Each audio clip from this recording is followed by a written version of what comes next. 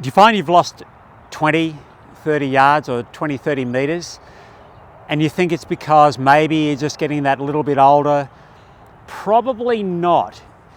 Yes, we do lose a little bit of strength each year as we age, but it's not necessarily the cause of you losing distance in your golf swing. So what we're going to do today is look at 3 key things that can contribute to what appear to be sudden losses in distance that you can easily gain back just by getting them right. So let's have a look at these 3 things and see if we can't get some extra distance into your drives. Now, the first of the 3 things we're going to look at is its setup, and it's actually how you tee up the ball, both how high you tee the ball up and where you tee the ball up, because it affects how your body moves, how your body sets up, and it also affects the angle that the club moves to the ball, the attack angle of the club. As a general rule, when you set it up, we're looking for the equator of the ball to be about level with the top line of the golf club. Now that's going to mean that the ball will be teed up relatively high, especially if your driver has a fairly deep face on it, which most modern drivers do. So that's the first thing, is make sure that we've got the ball teed up sufficiently high enough.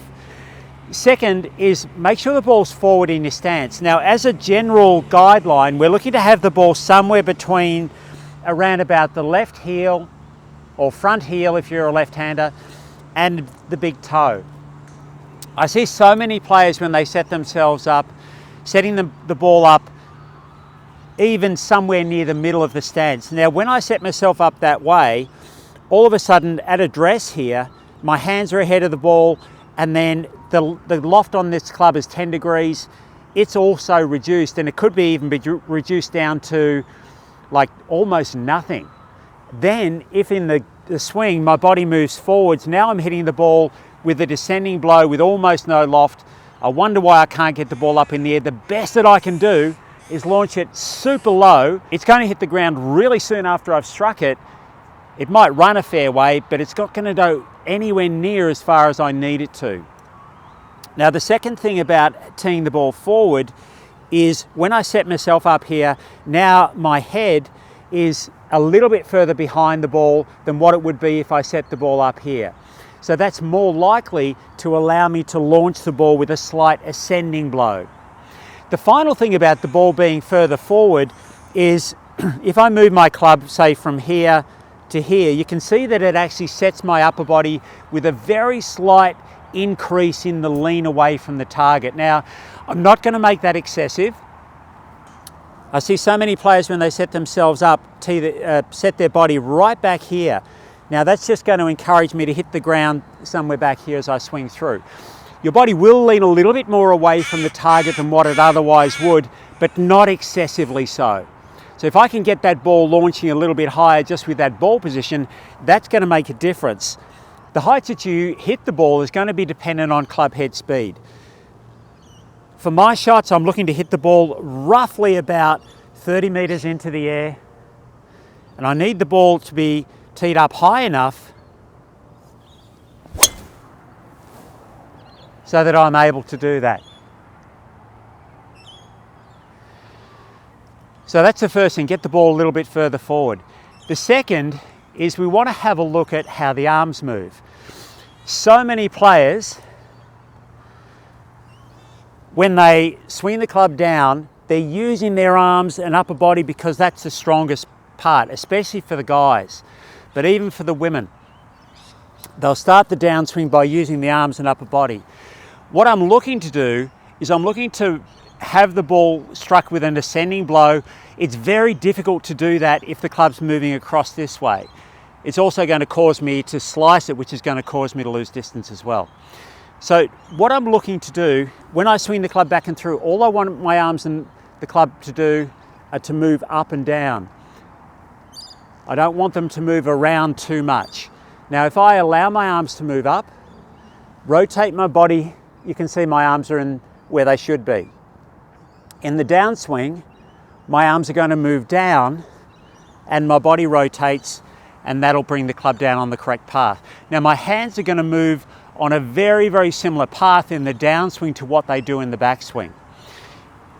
if my hands suddenly shift out here, then I'm going to hit the ball with a steep blow and an outside in blow, and that's going to cost me distance. If I'm looking to launch the ball up into the air, my club needs to swing on a much more correct path. I'm not necessarily trying to swing the club out to the right of the target or an inside out swing, but if you typically swing the club with your arms working this way, it may feel like that.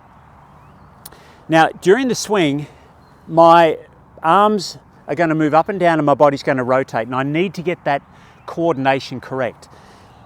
As I swing back to the top of the swing, if I start my downswing by rotating my upper body and then move the club down, I'm going this way.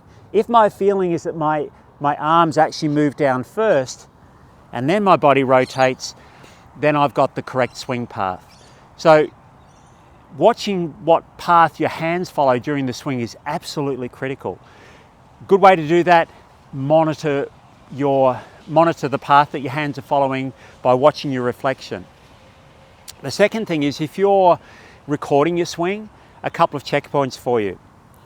When I get to the end of my backswing, as I start my downswing, so my hands here are sort of round about where my heel is here on a vertical line. When I get down to about here somewhere where my hands are at roughly about, my left arm's parallel, my hands are somewhere around about the middle of my shoe. If they're starting to move out towards my toe, it's likely that the club's going to continue and then finish up on an incorrect path. So let's play a shot and track that hand path and see if we can't get it to be pretty correct.